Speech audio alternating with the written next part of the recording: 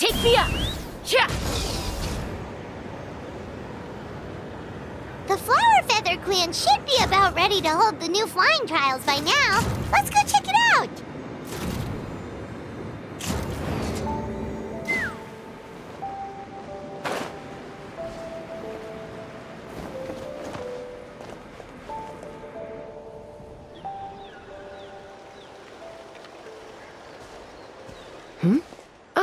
Traveler and Paimon.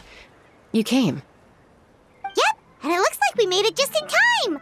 Although, can't say the same for the Cuckoosaurs. Bit of a low turnout, huh? Yeah, you'll see why soon enough. All right, get ready. 3, 2, 1, fly! Whoa! We're really flying! I feel light as a feather. I'm flying without a Cuckoosaur. These phlogiston wings are awesome!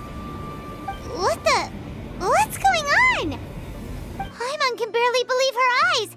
How did they fly all on their own? The merchants we ran into that day were selling a product called phlogiston wings. It's a flying machine worn on the back. To operate it, you just use a handheld trackball that controls the flow of gaseous phlogiston. That's incredible! Yeah, if Natlan mass adopted this technology, it would revolutionize our mobility and responsiveness in times of crisis. Just think of the countless tragedies that could be averted. I feel like I'm dreaming. Did I really just fly on my own without the help of a Cuckoosaur? You'd better believe it! Plus, you just passed a flying trial! Right, Elder Alpa? Elder Alpa? Should this really count as a pass? If we did the trial using phlogiston wings? Why not? The scoring rubric is about flying performance. It doesn't specifically say you have to ride a Cuckoosaur, does it? Yeah, maybe, but... I mean, even Chaska had to ride a Cuckoosaur in a trial, right? And the whole point of a trial is to test both your flying technique and your ability to work with a Saurian companion. Well, if we can fly by ourselves, maybe we don't need to test the ladder anymore. Chaska, Traveler, what are your thoughts on this new invention? Right? That's what I think, too. I agree that they have strategic value, but I don't think it makes any sense to evaluate candidates by the current testing standards if they're using phlogiston wings. Why? Shunan finally mustered the courage to go through with this, and now you're saying it doesn't count? We don't have any experience using these wings in battle, nor is it immediately obvious how to incorporate them into the existing systems in our tribe. Taking a longer-term perspective, I think we need to start by getting thoroughly acquainted with how these things work. Then we can develop a new trial format with new assessment criteria, tailored to candidates using the phlogiston wings. You all raise valid points. But Chaska, while your proposal sounds perfectly reasonable, it would probably take years to put it into practice. We lost so many people in that war.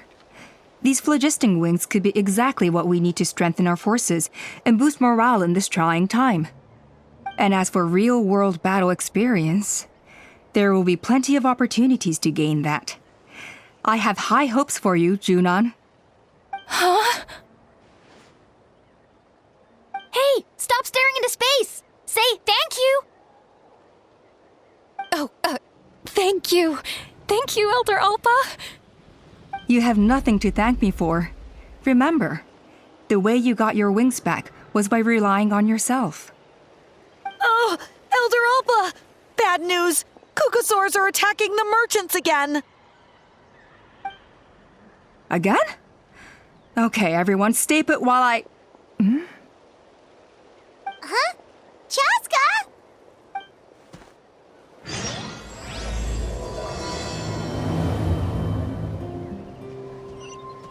Why did Chaska rush off like that? And then Elder Alpa and the other too? Anyway, let's go see what this is all about.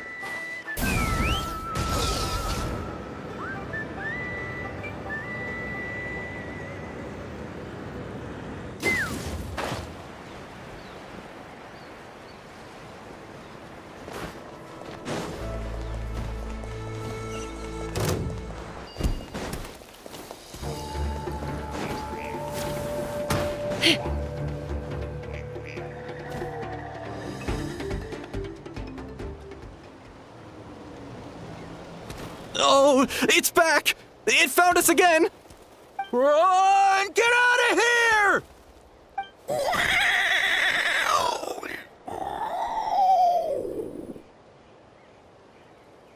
Curses! She's really riled up this time! Hey! Stop running! We'll never outrun a creature with wings! Get back here and let's fight!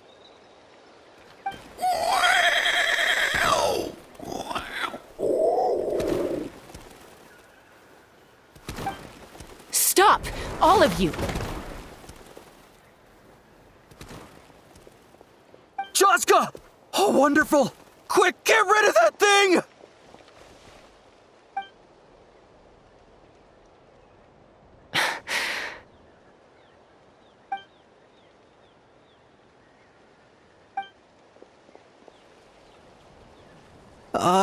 What's going on? Why isn't she doing anything? So it really is you. Sister. Wait, sister? That Kukusaur is Chaska's sister?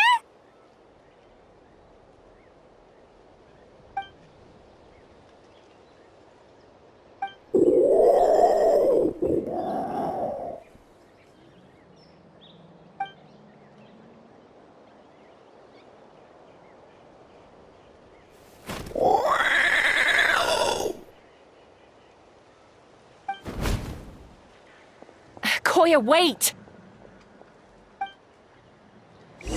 Is Chaska gonna be okay? Should we go check on her? Is everyone all right?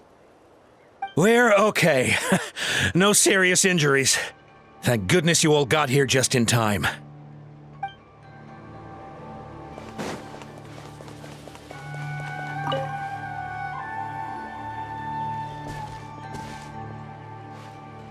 Chaska, are you okay?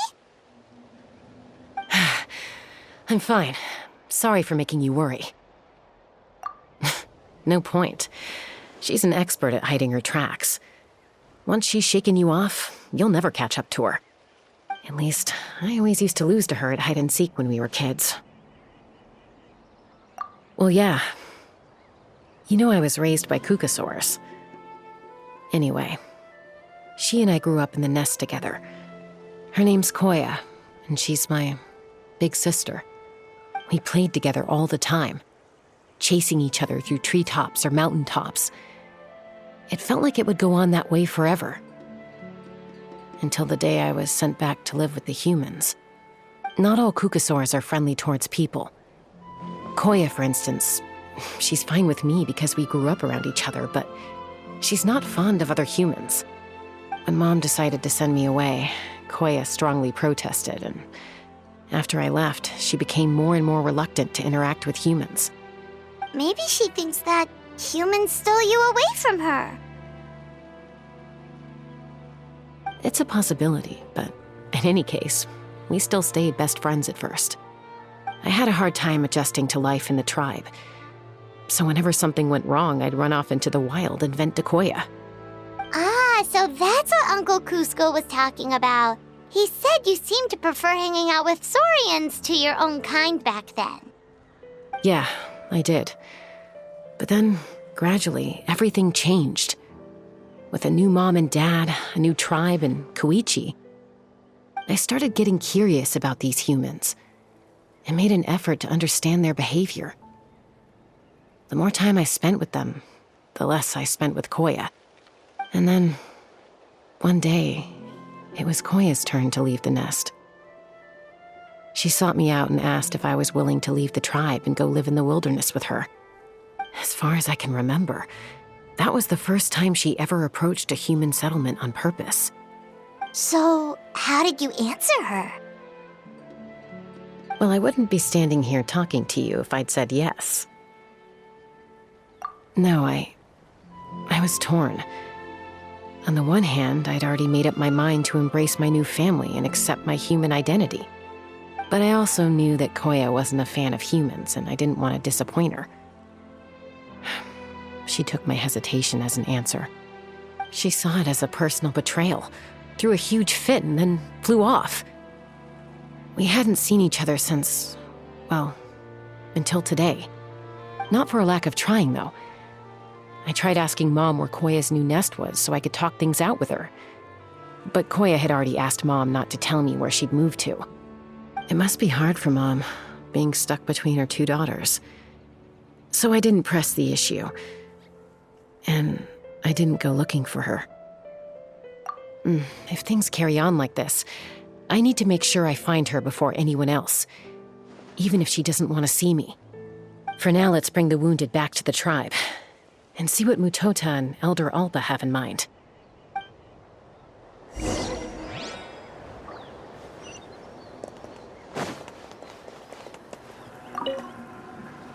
What was wrong with that Kukusaur?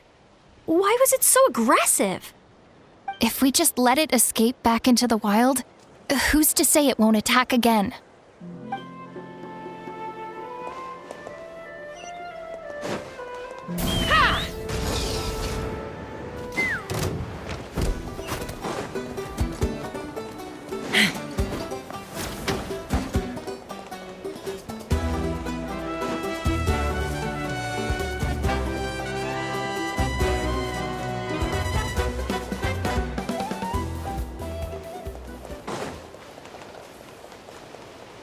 Let's fly!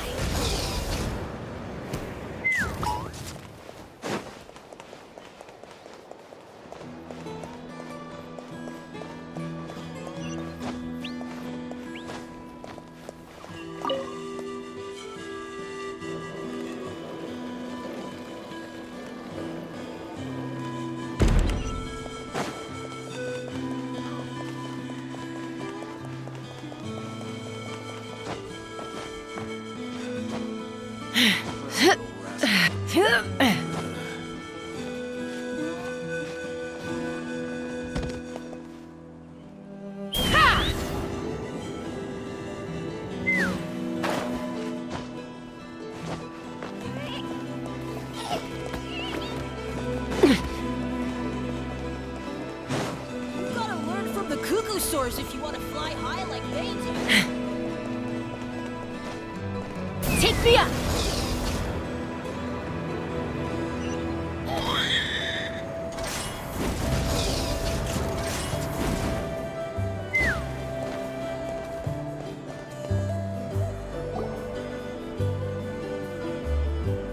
So, I hear there's been another Kukusaur attack. Ha! I knew it! They're wild animals, and they can't be trusted. Hey, show a little respect. The Kukusaurs are our partners. Maybe in the flying squad, but they don't give a hoot about the rest of us. Well, now that we have the phlogiston wings, do we even need the Kukusaurs anymore? Are you kidding? How are we supposed to protect our tribe without them? I didn't mean it like that. Huh? Protect our tribe? Or are you just scared that your precious flying squad will lose its prestigious position? You take that back!